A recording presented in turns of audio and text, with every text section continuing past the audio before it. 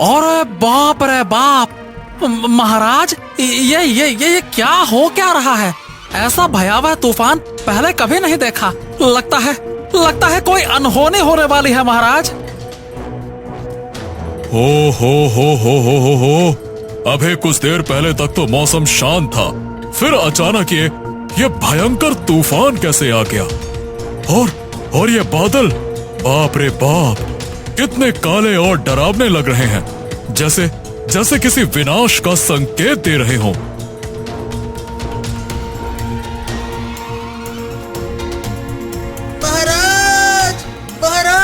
महाराज, अरे महाराज, एक भयावह औरत महल की ओर बढ़ रही है। उसका चेहरा बिल्कुल चुड़ैल जैसा है, भयानक और डरावना। जो भी उसके सामने आ रहा है वो उसे बेरहमी से नष्ट कर रही है। वो बड़ी तेजी से महल की ओर बढ़ रही है महाराज, महल की ओर ही आ रही है वो। राजा के चेहरे पर चिंता की लकीरें उभर आती हैं। वो तुरंत निर्णय लेते हैं। मंत्री, समय नहीं है, तुरंत महारानी और राजकुमारी को भीतर ले जाओ और महल के सारे दरवाजे बंद कर दो, कोई भी बाहर ना निकले, तुरंत। मंत्री, आप राजकुमारी को अंदर ले जाइए, हम यहीं रुकेंगे। हम राजा को ऐसे अकेले नहीं छोड़कर जा सकते। हमें लगता है कि ये किसी ने आक्रमण किया है। हम यहीं बैठकर देखना चाहते हैं, आखिर ऐसा कौन है जो हमारे राज्य पर आक्रमण कर रहा है। अरे महारानी, आपको बात समझ में नहीं आ रही क्या? यह कोई आक्रमण नहीं है, यह तूफान है, तूफान। जी हाँ, सिर्फ वही लोग बच सकते हैं जो काले जादू के भक्त हैं। आप समझ क्यों नहीं रही हैं? ये आक्रमण होता तो हम निपट लेते, लेकिन ये तूफान हमें बता रहा है कि यह किसी अनहोनी की निशानी है। आप अंदर जाइए और राजकुमारी को संभालिए, हम यहाँ देखते हैं। जाइए। महाराज, कहीं ये सुरेखा की चाल तो नहीं? सुरेखा का नाम सुनते ही महाराज चिंता में पड़ गए। सुरेखा? हाँ, हम उसी सुरेखा की बात कर रहे हैं जिनको आपने राज्य से निकाल दिया है। हाँ, हम समझ रहे हैं। सुरेखा, जिसको हमने राज्य से निकाल दिया था, परंतु वो तो एक डायन थी, एक खतरनाक डायन। हर पूर्णिमा की रात 14 बच्चों की बलि चढ़ाती थी, तंत्र मंत्र विद्या करती थी, काले जादू का विधि विधान करती थी। अगर हम उसको राज्य में रख लेते तो वो हमारे राज्य का विनाश कर देती। विनाश तो महाराज वो अभी भी करेगी, आप देख रहे हैं। हमें तो ये लग रहा है ये उसी के आने की खबर है। वो दोनों अभी बात कर ही रहे थे, तभी वहाँ सुरेखा आई। सुरेखा का रंग काला था, उसके लंबे लंबे बाल थे, चेहरा डरावना था। उसको देखकर ही पता लग रहा था कि वो डायन है। महाराज उसको देखकर डर गए। महारानी भी डर से कांपने लगी। राजा ने बड़ी हिम्मत करके कहा, अब देखो सुरेखा, तुम इस राज्य में नहीं रह सकती। तुम इस राज्य से निकाली जा चुकी हो और ये हमारा और पूरे गांव वालों का फैसला था, इसलिए तुम क्रोधित नहीं हो सकती। हमारी बात को समझने की कोशिश करो। हमने तुम्हें कोई नुकसान नहीं पहुंचाया, बस राज्य से निकाल दिया। गांव के लोग आए दिन तुम्हारे पास जाते थे, किसी को किसी से दिक्कत थी तो कई लोग आए दिन काले जादू की तरफ बढ़ रहे थे और इसी काले जादू के रहते गांव के कई लोगों ने अपनी जान गंवा दी। तो हमारी बात को समझने की कोशिश करो। बस यही कारण था, हम लोगों की मदद करना चाहते थे। हम राजा हैं, राजा। यहाँ का भला हम नहीं करेंगे तो कौन करेगा, बताओ। राजा की बात सुनकर सुरेखा जोर जोर से हंसते हुए बोली, तुम्हें क्या लगता है महाराज, तुम मुझे राज्य से निकाल दोगे और मैं हाथ पे हाथ रखकर बैठी रहूंगी? मुझे क्या अपने गांव का एक गरीब किसान समझा हुआ है? जिसको आपने आदेश दिया वो उसी को मानने को तैयार हो गया। किसी को कारावास में डाल दिया तो वो सारी जिंदगी कारावास में काट देता है, मैं डायन हूँ, डायन। तेरे परिवार का, तेरे राज्य का विनाश करके रहूंगी। तूने एक डायन को अपने राज्य से निकाला है। अगर मैं तेरी जिंदगी को तहस नहस ना कर दूं, तो मेरा नाम भी सुरेखा डायन नहीं। अब तू मुझसे नहीं बच सकता। इतना बोलकर सुरेखा ने छोटी सी राजकुमारी को गोद में उठा लिया। राजकुमारी सुरेखा की गोद में जाकर रोने लगी। राजकुमारी छोटी थी, वो सुरेखा के डरावने चेहरे से डर रही थी। राजकुमारी को सुरेखा की गोद में देखकर महारानी की जान हलक में अटक गई। राजा ने बड़े ही मजबूर होकर कहा, सुरेखा, सुरेखा देखो मेरी बात, मेरी बात ध्यान से सुनो। सुरेखा, मेरी बेटी को छोड़ दो। तुम चाहे तो इस राज्य में रह सकती हो, लेकिन मेरी बेटी को छोड़ दो। अब मैं इस राज्य से निकाली जा चुकी हूँ। अब इस राज्य में मैं दोबारा तभी आऊंगी जब तुम्हारी बेटी और तुम्हारी प्यारी महारानी, जिसको तुम अपनी जान से भी ज्यादा प्यार करते हो, इन दोनों में से एक नहीं रहेगी। मुझे अपना बदला लेना है, और एक डायन अपना बदला कभी नहीं भूलती। राजा और रानी रोते हुए बोले, ऐसा मत करो सुरेखा, ऐसा मत करो। देखो, हमने जो किया वो गलत नहीं था, लेकिन तुम जो कर रही हो वो गलत है। सुरेखा ने महारानी की बात का कोई जवाब नहीं दिया और राजा की तरफ देखकर बोली, राजा, मैं तुम्हारी पुत्री को छोड़ दूंगी, लेकिन तुमको उसके लिए मेरे 3 काम करने होंगे। अरे ऐसा मत करो सुरेखा। देखो, ऐसा मत करो। हमने जो किया वो गलत नहीं था, लेकिन तुम जो कर रही हो वो गलत है, वो गलत है। हाँ, तुम बताओ, हम तुम्हारा कोई भी काम करने के लिए तैयार है। बस हमारी बेटी को छोड़ दो। ठीक है, मैं राजकुमारी को छोड़ दूंगी, लेकिन उससे पहले तुमको मेरा एक काम करना होगा। गिलानी के जंगल जाओ और वहां से मेरे लिए पीले रंग का सिनाई का फूल लेकर आओ। लेकिन गिलानी के जंगल में तो कोई नहीं जा सकता। वो जंगल बहुत खतरनाक है। अब अपनी बेटी चाहिए तो तुमको गिलानी के जंगल जाना होगा, जब तक तुम्हारी बेटी मेरे पास रहेगी।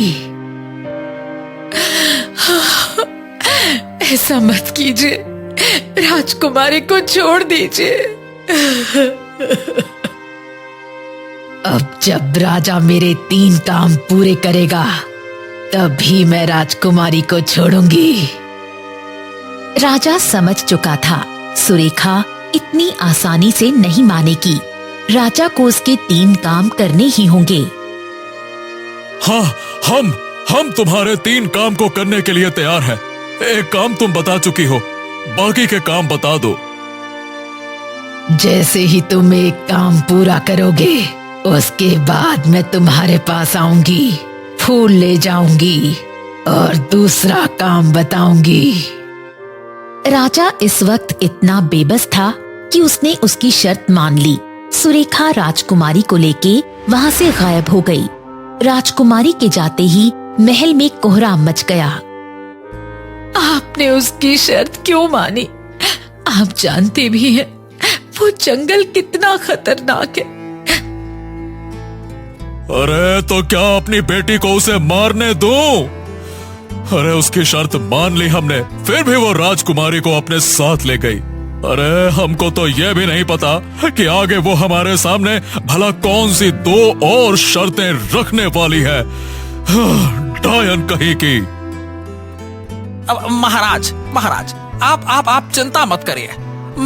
मैं किसी आदमी के जाने का वहां प्रबंध करता हूँ। आपको स्वयं जाने की कोई आवश्यकता नहीं है। आपको कुछ हो गया तो? नहीं, हम स्वयं ही जाएंगे और कोई नहीं जाएगा। हमारी बेटी खतरे में है तो हमें ही उसे बचाने जाना चाहिए। हम किसी और की जान को खतरे में नहीं डाल सकते। मंत्री जी, हमारे जाने की तैयारी की जाए। ठीक है महाराज, परंतु मैं तो आपके साथ चल ही सकता हूँ। ठीक है।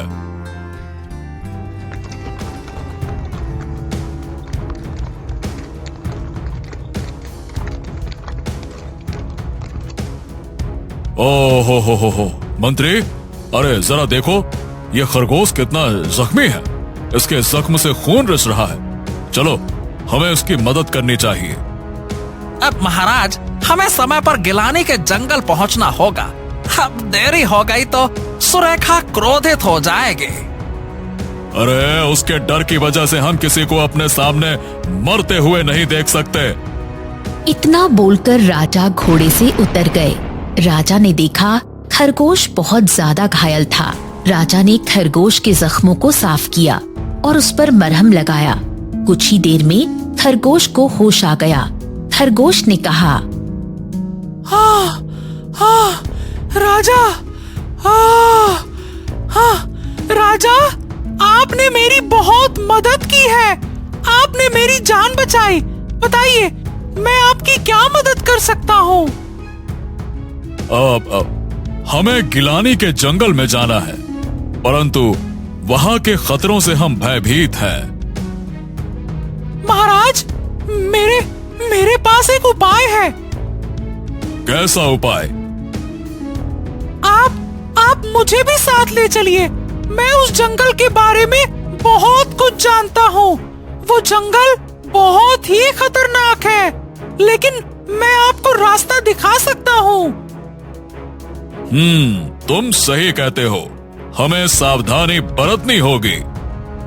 आप महाराज, मुझे लगता है कि इस खरगोश को साथ ले जाना चाहिए। यह हमें खतरनाक जंगल में फूल की तलाश करने में मदद कर सकता है। क्या कहते हैं महाराज? तुम ठीक कह रहे हो। ठीक है, तुम हमारे साथ चल सकते हो। तीनों जंगल की तरफ बढ़ने लगते हैं, लेकिन रास्ते में अचानक कुछ अजीब घटनाएं घटती हैं। सावधान, सावधान महाराज, आगे एक खतरनाक धुआं आ रहा है। अरे, अब हम क्या करें? हम इससे बचकर कैसे निकलें? चिंता मत करिए महाराज, मैं रास्ता जानता हूँ। आप मेरे पीछे आइए। खरगोश रास्ता दिखाते हुए तीनों को आगे ले जाता है। आगे घना जंगल, जहाँ अंधेरा और रहस्यमयी सन्नाटा पसरा हुआ था। खरगोश तेजी से रास्ता दिखाते हुए आगे बढ़ता है और दोनों उसके पीछे पीछे चलते हैं। हाँ, खरगोश, क्या तुम इस जंगल के हर कोने को जानते हो? ये जंगल मेरी दुनिया है महाराज। मैं यहाँ के हर पत्थर, हर छाया को पहचानता हूँ। बस आंखें खुली रखिए, खतरा कभी भी आ सकता है। हाँ। अचानक चारों ओर हलचल होने लगती है। पेड़ों के पत्ते तेजी से हिलने लगते हैं और जमीन के नीचे से अजीब सी गूंज उठती है। अरे, ये कैसी आवाज है? अब ये तो बड़ी अजीब सी आवाज है। हमें डर लग रहा है। अब महाराज, ये कोई साधारण जंगल नहीं है। लगता है कि यहाँ कोई शक्ति हमें देख रही है। अचानक जमीन फटने लगती है और एक विशाल माया प्रकट होती है। सामने एक भव्य महल उभर आता है जो सोने और चांदी से चमक रहा था। द्वार अपने आप खुलता है और भीतर से मीठी आवाजें बुलाने लगती हैं। राजन, अरे ओ मंत्री, तुम्हारी यात्रा कठिन रही होगी। आओ भीतर विश्राम करो। यहाँ सुख, आनंद और शांति है। आओ। अरे वाह वाह वाह वाह, ये तो किसी स्वर्ग से कम नहीं है। हाँ, शायद हमें कुछ देर यहाँ ठहरना चाहिए। जैसे ही वो आगे बढ़ते हैं, खरगोश तेजी से उनके सामने कूदकर रास्ता रोक देता है। रुको रुको रुको रुको रुको, ये महल असली नहीं है, ये एक माया है, रुक जाओ। क्या? लेकिन ये तो बिल्कुल असली लग रहा है। यही इसकी शक्ति है। ये महल भ्रम का जाल है जो एक बार भीतर जाने वाले को कभी बाहर ही नहीं आने देता। अगर आपने इसका द्वार पार किया तो ये आपको हमेशा के लिए अपने भीतर कैद कर लेगा। हाँ। अचानक महल की दीवारों से ऐसा लगने लगा जैसे कोई उन्हें अंदर खींचने की कोशिश कर रहा है। मंत्रमुग्ध राजा का पैर जैसे ही आगे बढ़ता है, खरगोश तेजी से कूदकर उसका पैर पकड़ लेता है। महाराज महाराज महाराज, खुद पर नियंत्रण रखिए। ये आपकी इच्छाओं का लालच देकर फंसाना चाहता है, पीछे हटो। राजा अचानक होश में आता है और तेजी से पीछे हटता है। तभी महल की मीठी आवाज डरावनी चीखों में बदल जाती है और महल अचानक जलने लगता है।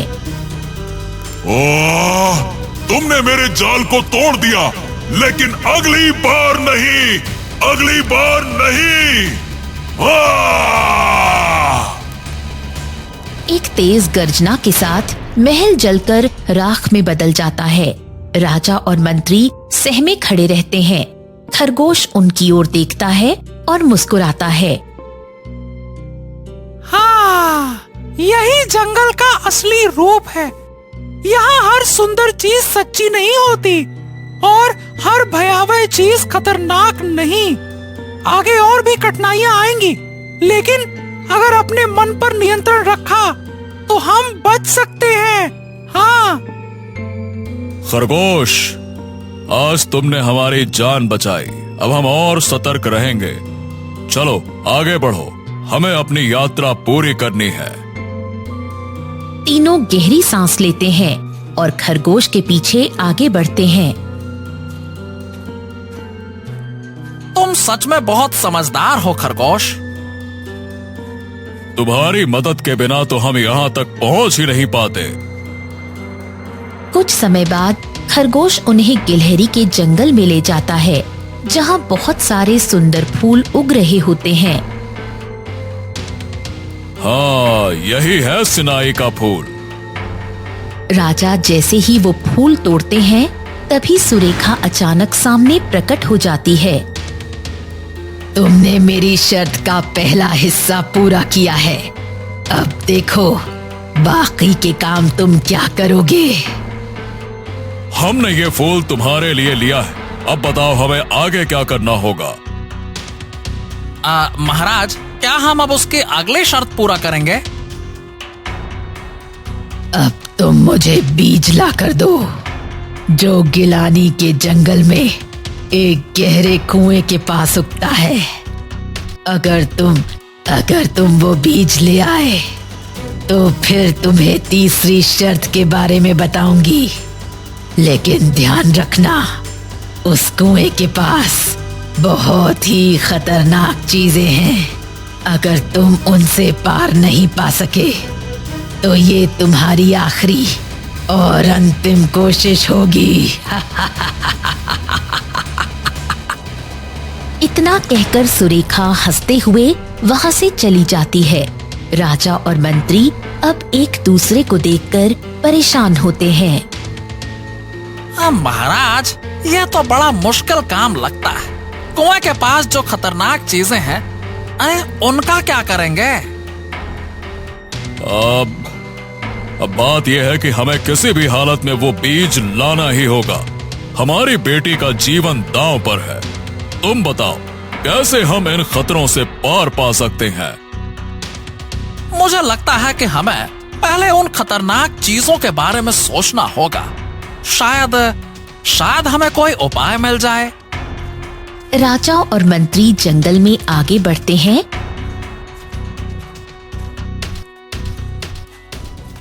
एक स्थान पर उन्हें एक बड़ी खौफनाक जलती हुई लावा नदी दिखती है। ये क्या है? ये तो जलती हुई नदी है, हम इसे कैसे पार करेंगे? आप, मुझे लगता है कि हमें इस लावा को पार करने के लिए कोई जादुई वस्तु या सहारा चाहिए। तभी खरगोश जो उनके साथ चल रहा होता है वो कुछ सोचकर एक रास्ता बताता है। महाराज, मुझे याद आया। हाँ, याद आ गया। मुझे लगता है कि उस पुराने जंगल में एक जादुई पानी का पत्थर है। यदि हम वो पत्थर लाए तो ये लावा नदी शांत हो जाएगी। हाँ। राजा और मंत्री गहरे जंगल में बढ़ते हुए जादुई पत्थर की तलाश में थे। जंगल में अजीब से सन्नाटे की आवाजें आ रही थीं। अचानक उन्हें एक बड़ा सा चमकता पत्थर दिखाई दिया जो बीच जंगल में पड़ा था। महाराज, ये देखिए, ये पत्थर। हाँ, वही जादुई पत्थर जिसे हमें ढूंढना था। हाँ हाँ हाँ हाँ हाँ, ये वही पत्थर है। चलो जल्दी से इसे उठाओ, हम समय बर्बाद नहीं कर सकते, जल्दी करो। राजा और मंत्री जैसे ही पत्थर के पास पहुँचे, अचानक से उनके पैरों के नीचे से जमीन में हलचल होने लगी। पास ही एक खौफनाक फूल उगाया जिसका रंग नारंगी और लाल था और उसकी पंखुड़ियां तेज धार वाली कांटों जैसी थी। अरे बाप रे महाराज, ये क्या है? अरे ये फूल तो देखिए, लगता है कि जैसे हम पर हमला करने के लिए तैयार है। राजा ने तुरंत अपनी तलवार निकाली और फूल की तरफ देखा। जैसे ही वो फूल राजा और मंत्री के पास पहुंचा, राजा ने एक झटके में तलवार घुमाई और फूल के कई टुकड़े काट गिराए। हमारे रास्ते में कोई भी अड़चन आए, हम उसे काट कर रास्ता बना लेंगे। हाँ महाराज, आपने बहुत अच्छा किया, हम बाल बाल बच गए। ये जंगल तो वाकई में खतरनाक है। राजा और मंत्री अब जल्दी से पत्थर को उठाने की कोशिश करते हैं और वो उस जादुई पत्थर को उठा लेते हैं। महाराज, ये जंगल तो माया से भरा हुआ है। यह तो किसी भी पल और भी खतरनाक हो सकता है। अब महाराज जल्दी करिए, ये जंगल माया से भरा हुआ है। अगर हम देर करेंगे तो ये पूरा जंगल जीवित हो सकता है। हाँ, यहाँ के पेड़ पौधे और जीव जंतु तुरंत जाग जाते हैं। हाँ, तुरंत जाग जाते हैं। जल्दी करिए, जल्दी। हाँ, तुम सही कह रहे हो खरगोश, हमें जल्दी से यहाँ से निकलना होगा। हम और देर नहीं कर सकते, चलो जल्दी करो। राजा, मंत्री और खरगोश सभी जल्दी से पत्थर लेकर जंगल से बाहर निकलने के लिए दौड़ पड़े। जैसे ही वो जादुई पत्थर के साथ बाहर पहुँचे, अचानक से जंगल की घनी अंधेरी वायु की घेराबंदी शुरू हो गई, लेकिन वो उसे पार कर चुके थे। हाँ महाराज, अब हमें और कोई खतरा नहीं है। हम ये पत्थर लेकर यहाँ से सुरक्षित बाहर निकल आए हैं। हाँ हाँ, वाकई में सचमुच ये जंगल तो भाई एक माया का खेल था, लेकिन आखिरकार हमने इसे पार कर ही लिया। राजा ने पत्थर को हाथ में पकड़ लिया और बिना किसी डर के लावा नदी के किनारे पर लाकर उसे अंदर डाल दिया। जैसे ही पत्थर लावा में गिरा, वहाँ से एक उज्जवल रोशनी निकली और लावा की लहरें शांत हो गईं। नदी के रास्ते में एक पतली सी राह बन गई जो उन्हें पार करने का रास्ता दे रही थी। अरे महाराज, ये देखिए, पत्थर के गिरते ही नदी ने रास्ता बना दिया। ये तो वाकई एक जादू है महाराज। हाँ, अब हम आगे बढ़ सकते हैं मंत्री। ये हमारी यात्रा का अगला कदम है, जल्दी चलो। अब महाराज, मैं आगे की यात्रा अब नहीं कर सकता। ये रास्ता बहुत खतरनाक है और मेरी छोटी सी जान इन सभी खतरों से नहीं निपट सकती। अब आप अकेले ही नदी के पार जाइए। खरगोश खरगोश मित्र, तुमने हमारी बहुत मदद की। तुम्हारा साथ बहुत जरूरी था और तुम्हारी सुरक्षा की चिंता है मुझे, पर तुम्हें डरने की कोई जरूरत नहीं है। तुम्हारे बिना हम यहाँ तक नहीं पहुँच पाते। महाराज, खरगोश भी अपनी सीमा को समझता है। अब हमें अकेले ही इस चुनौती को पार करना होगा। हम सब मिलकर ही यहाँ तक पहुंचे हैं, लेकिन अब हमें ही इस आखिरी मोड़ को पार करना होगा। तुम सही कह रहे हो मंत्री। हमें इस यात्रा को अकेले ही आगे जारी रखना होगा। खरगोश, तुम्हारा धन्यवाद। तुमने हमारी मदद की। अब तुम्हारे बिना हम आगे बढ़ेंगे और ये चुनौती पूर्ण करेंगे। धन्यवाद। आपका बहुत बहुत धन्यवाद महाराज। मैं जानता हूँ अब आप इसे पूरी शिद्दत से पूरा करेंगे। मेरी शुभकामनाएं आपके साथ हैं। राजा और मंत्री ने खरगोश को पीछे छोड़ते हुए नदी की ओर बढ़ना शुरू किया। लावा की नदी अब शांत हो चुकी थी। वो दोनों जल्दी से लावा नदी के पार पहुंचते हैं और अगला कदम बढ़ाते हैं, लेकिन जैसे ही वो नदी के पार पहुंचे, एक और चुनौती उनके सामने खड़ी थी। हाँ, कुछ तो है जो हमारे रास्ते में आ रहा है। हमें तैयार रहना होगा मंत्री। अचानक सामने झाड़ियों से एक सांप निकलता है। सावधान सावधान महाराज, सांप सांप, ये बहुत खतरनाक सांप है। सावधान रहिए महाराज, सावधान रहिए। डरो मत, डरो मत, डरो मत, डरो मत। अरे अरे, हाँ हाँ, आराम से, हम इसे संभाल लेंगे। डरो मत, डरो मत। राजा अपनी तलवार से सांप को मारकर रास्ता साफ करता है। हमें रुकना नहीं है, अब आगे चलो, चलो।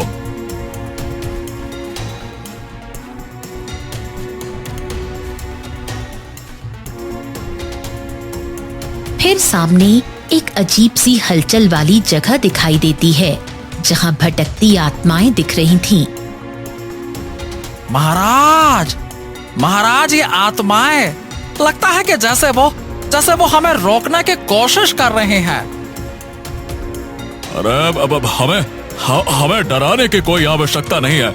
याद रखो, हमारी बेटी का जीवन दांव पर लगा है। चलो।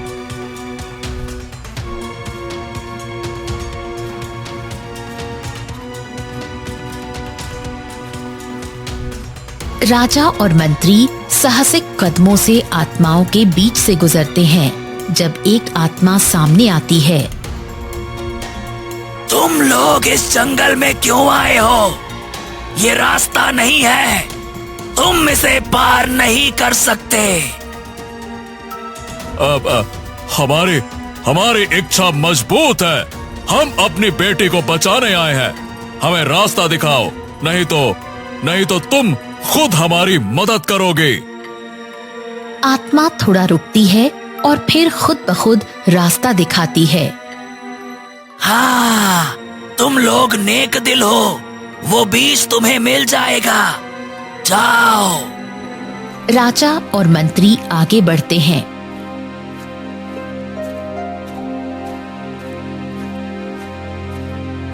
और वो कुएं के पास पहुंचते हैं, जहाँ एक पुराना और भयावह कुआं है और वहाँ एक अजीब गहरी आवाज गूंजती है। तुम लोग यहाँ क्यों आए हो? क्या तुम्हें अपनी जान से प्यार नहीं है? हम बीज लेने आए हैं। हमें अपनी बेटी को बचाना है। हमें क्या करना होगा? मुझे तुम्हारी उम्र चाहिए। तुम्हें अपनी आधी उम्र देनी होगी, तभी मैं तुम्हें वो बीज दूंगा। बोलो। अब हाँ, तुम मेरी उम्र ले लो, मुझे कोई फर्क नहीं पड़ता। मेरी राजकुमारी के लिए मैं अपनी जिंदगी का कोई भी मूल्य नहीं समझता।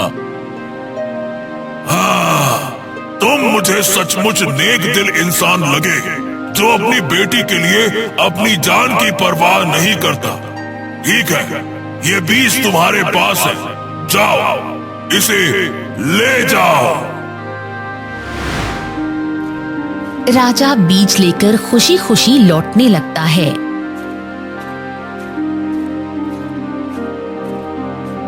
महाराज, आपने अपनी जान की कीमत पर यह सही बीज लिया है। अब हमें इसे सही दिशा में इस्तेमाल करना होगा। हाँ, मंत्री, यही समय है हमारे बलिदान का। अगर मेरी बेटी को बचाने के लिए मुझे अपनी पूरी उम्र देनी पड़े, फिर भी कोई फर्क नहीं पड़ता, हम देंगे। तभी अचानक हवा में एक काला बादल घिर आता है और सुरेखा प्रकट होती है और उसके हाथ से वो जादू बीज ले लेती है। राजा, तुम्हारी परीक्षा अब खत्म हुई। अब तुम्हारी तीसरी और आखिरी परीक्षा है। तुम्हें अपनी पत्नी महारानी का कत्ल करना होगा, तभी तुम्हारी बेटी को मैं छोड़ दूंगी। ठीक है, किंतु तुमने जो कहा हम वो कभी नहीं करेंगे। तुम हमारी जिंदगी के साथ खेल रही हो। और यह क्या बकवास है चुड़ैल? तुम हमें और हमारे परिवार को इस खौफनाक चक्रव्यूह में क्यों फंसा रहे हो? हैं?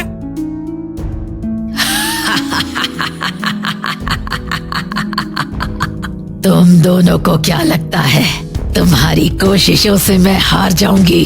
तुम अपनी बेटी से कितना प्यार करते हो ना, तो तुम उसे बचाने के लिए अपनी पत्नी को मार डालो।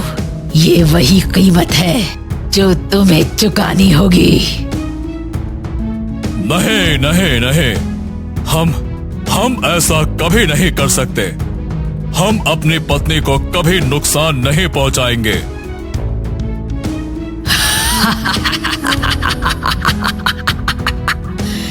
तुम करोगे राजा, तुम करोगे। मैं तुम्हें मजबूर कर दूंगी। फिर वो एक जादुई हंसी के साथ वहां से उड़ जाती है। राजा और मंत्री दोनों उदास होकर महल की ओर लौटते हैं। रास्ते में राजा के चेहरे पर चिंता और दुख की लहरें साफ दिख रही थीं। वो पूरी तरह से निराश था।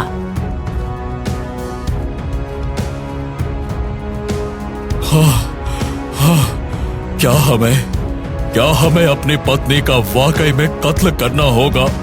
क्या ये वाकई एकमात्र रास्ता है? महल पे पहुंचते ही वो सीधे अपनी पत्नी महारानी के पास जाते हैं। महारानी उन्हें देखकर घबराई हुई और उसकी आंखों में डर था। चुड़ैल ने आखिरी परीक्षा बताई है।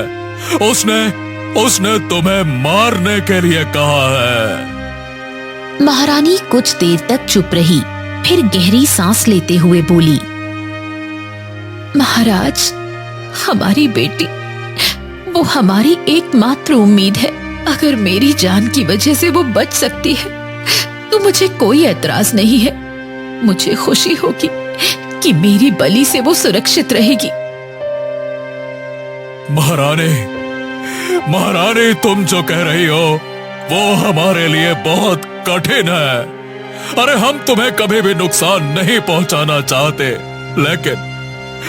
लेकिन अगर ये हमारे परिवार की सुरक्षा का सवाल है तो मुझे तुम्हारी इच्छाओं का सम्मान करना होगा। महाराज, मैं जानती हूँ कि आपके लिए ये आसान नहीं होगा, लेकिन हमारी बेटी के जीवन के सामने मेरी जान कुछ भी नहीं। आपको मुझसे ज्यादा उसे बचाने की चिंता होनी चाहिए और मुझे आप पर पूरा भरोसा है कि आप अपनी ताकत से उसे बचा लेंगे। हम कभी नहीं चाहते थे कि ऐसा दिन आए, लेकिन तुम्हारी बात सही है।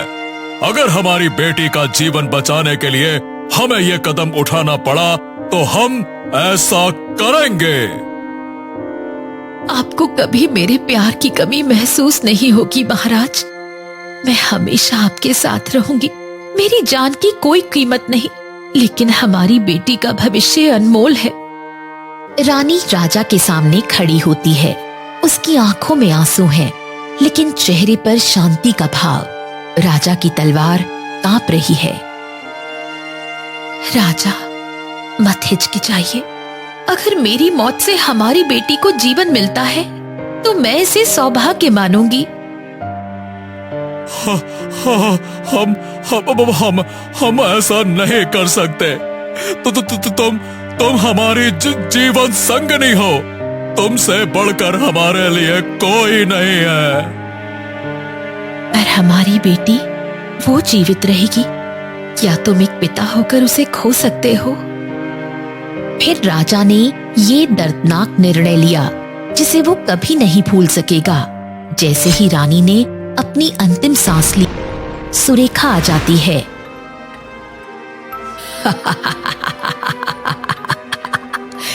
राजा, तुम सच में एक सच्चे पिता निकले। अपनी बेटी के लिए अपनी ही पत्नी की हत्या कर दी। क्या त्याग है तुम्हारा। लो, ये रही तुम्हारी बेटी। राजा बेटी को देखते हैं, लेकिन उनकी आंखों में दर्द था। राजकुमारी माँ को ना देख फूट फूट कर रोने लगती है। राजा उसे गले लगाते हैं, पर उनकी आंखों से भी आंसू बह रहे होते हैं। पिताजी, माँ कहाँ है? उन्होंने मुझे बचाने के लिए क्या किया? राजा कोई उत्तर नहीं देते। वो महल के एक कोने में जाकर चुपचाप बैठ जाते हैं। उनकी आंखों में पछतावा, दर्द और अकेलापन भर जाता है। महल अब सूना हो चुका था। हर कोने में रानी की यादें थीं। महल के ऊंचे बुर्ज पर खड़ा राजा चुपचाप क्षितिज की ओर देख रहा था। तभी हवा में सुरेखा की हंसी गूंजती है और उसकी परछाई प्रकट होती है।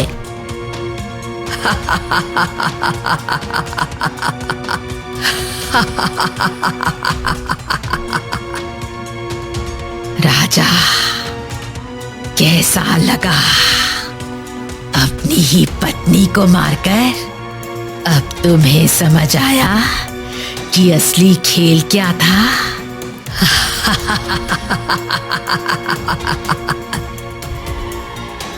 ओ, तूने हमें धोखा दिया।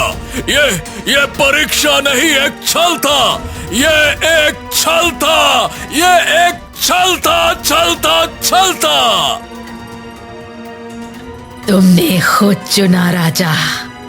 प्यार, विश्वास और बलिदान सब मिटा दिए एक पिता बनने के लिए। अब जियो इस बोझ के साथ। सुरेखा गायब हो जाती है और राजा अपने हाथों को देखता है जो उसकी पत्नी के खून से सने थे। उसकी आंखों में पछतावे की लकीरें थीं और मन में एक असीम पीड़ा। वो जानता था कि ये दर्द अब कभी खत्म नहीं होगा।